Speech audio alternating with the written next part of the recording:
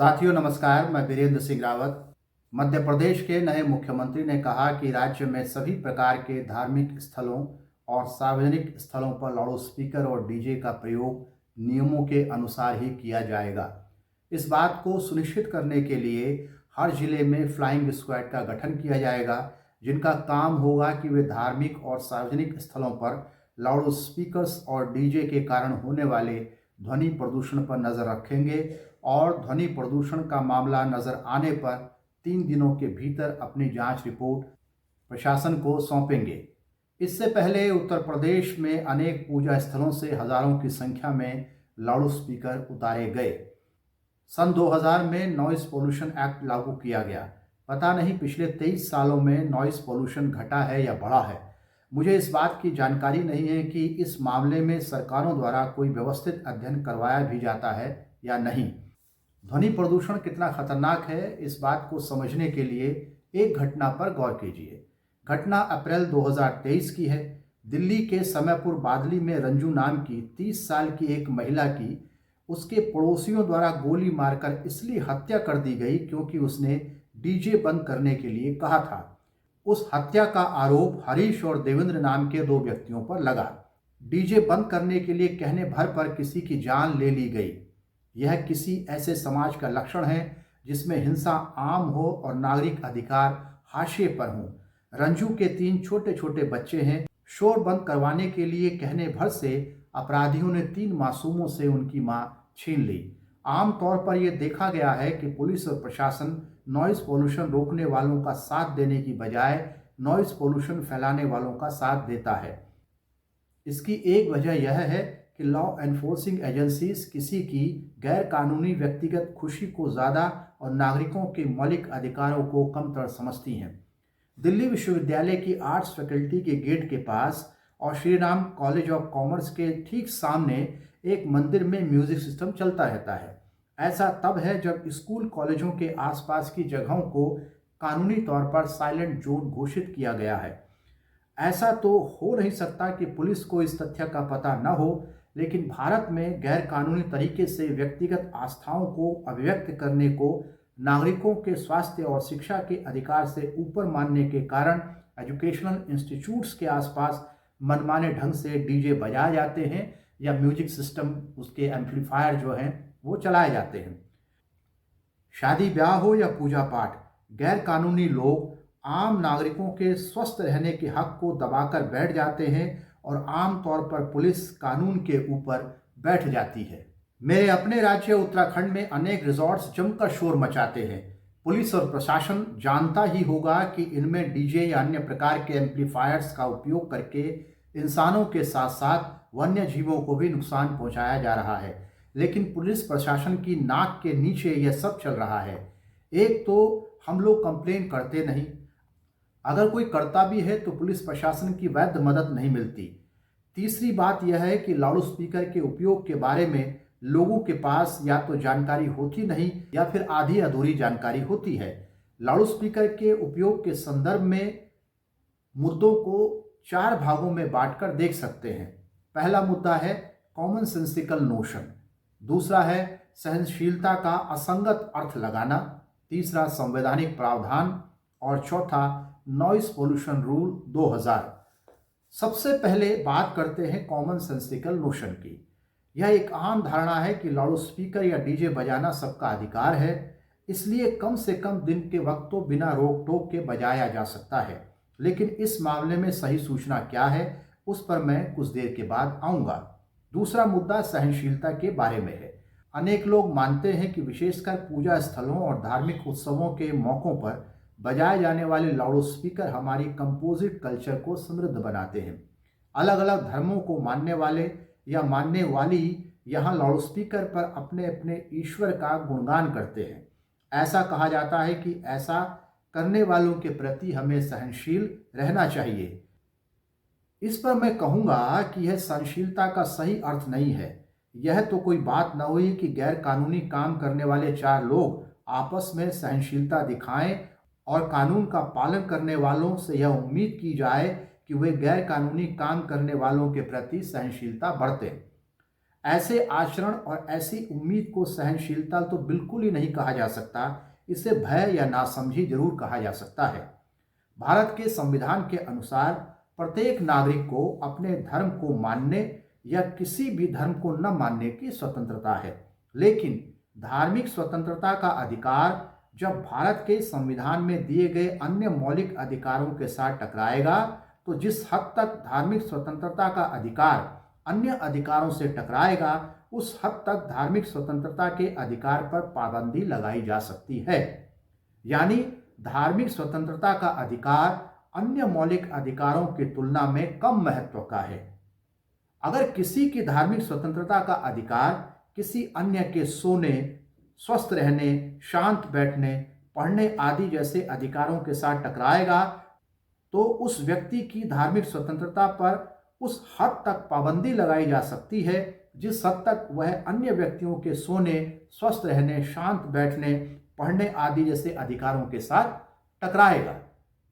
सन 2020 में Allahabad high court ने एक मामले पर फैसला देते हुए लिखा कि no one has got the right to make other persons captive listeners. किसी को भी यह अधिकार नहीं है कि वह जोर जबरदस्ती करके या किसी को बंधक बनाकर उसे अपनी बात सुनाए। One can not disturb others basic human rights and fundamental rights.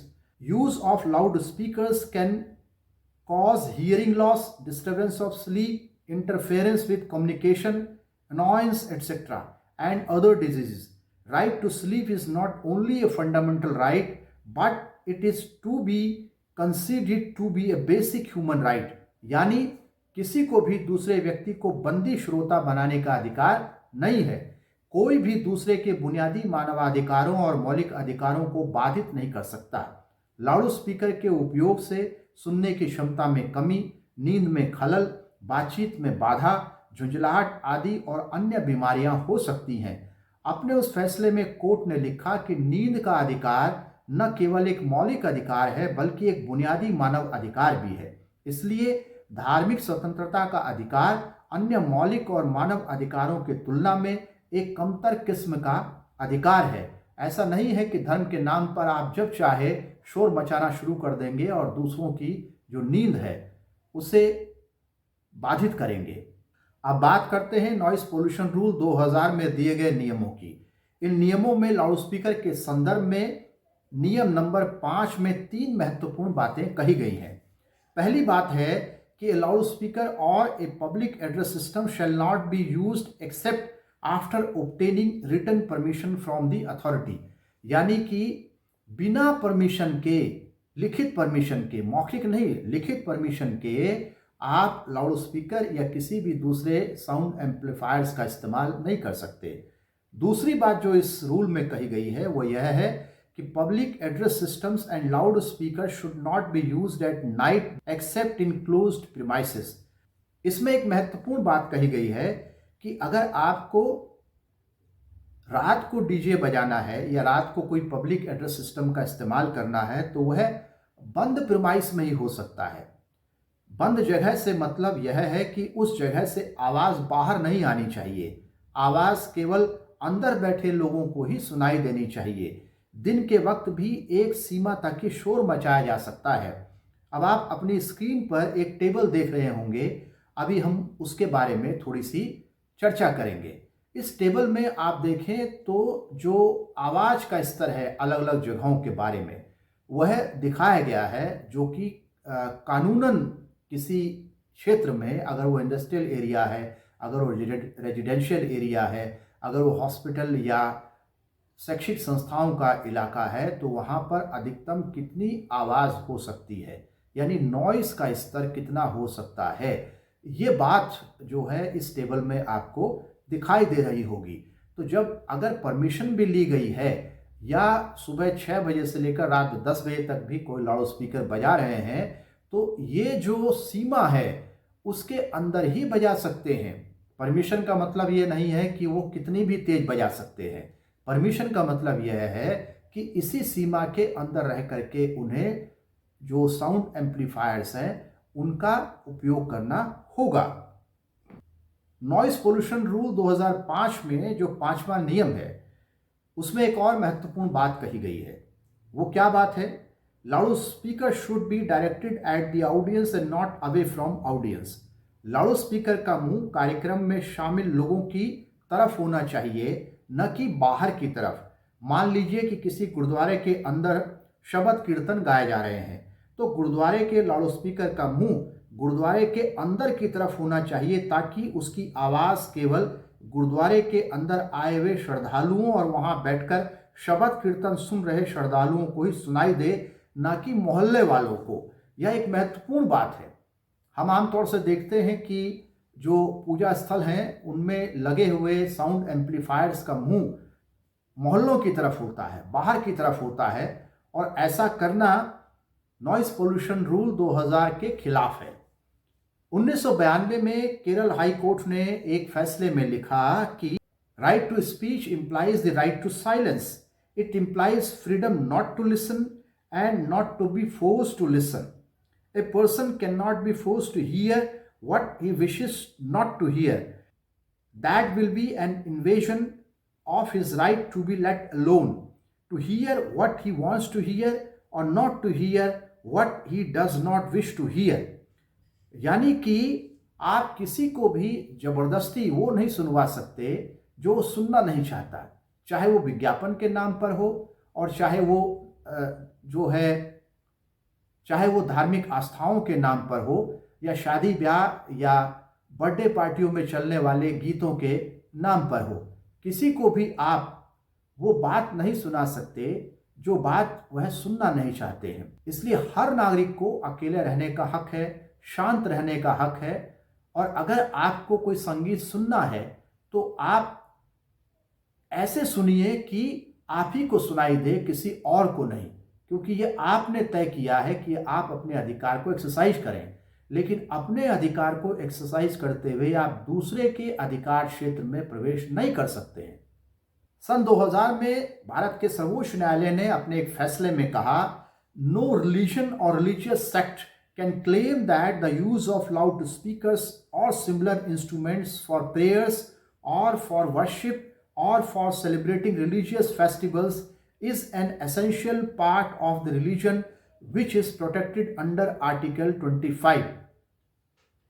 कोई भी धर्म या धर्म को मानने वाले लोग अपने किसी भी कार्यक्रम के लिए, चाहे वो किसी उत्सव के मौके पर हो रहे हों या फिर रोज दिन होने वाले जो धार्मिक पूजा पाठ हैं, अनुष्ठान हैं, उनके लिए हो रहे हों, अनुच्छेद 25 के तहत जो धार्मिक स्वतंत्रता का अधिकार मिला हुआ है, उसमें कोई भी धार्मिक समूह इस बात की मांग नहीं कर सकता और न ही उसको यह अधिकार है कि वह पूजा पाठ के लिए, प्रार्थनाओं के लिए लाउड स्पीकर या इस तरह के इंस्ट्रूमेंट्स का इस्तेमाल करेंगे।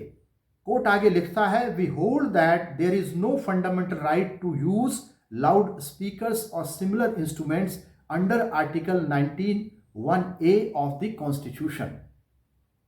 ऑन द कंट्रेरी, इसके विपरीत, the use of such instruments contrary to the noise pollution rules will be a violation of fundamental rights of citizens under Article 21 of the Constitution, as well as fundamental rights of citizens of not being forced to listen something which they don't desire to listen.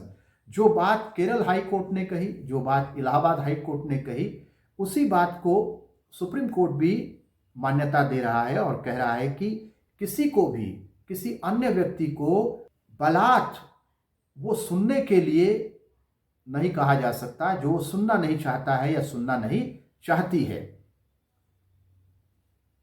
यह एक महत्वपूर्ण बात है कि right to silence एक महत्वपूर्ण right है। Right not to listen वो भी एक महत्वपूर्ण राइट है। राइट टू स्लीप एक महत्वपूर्ण राइट है। राइट टू एजुकेशन एक महत्वपूर्ण राइट है।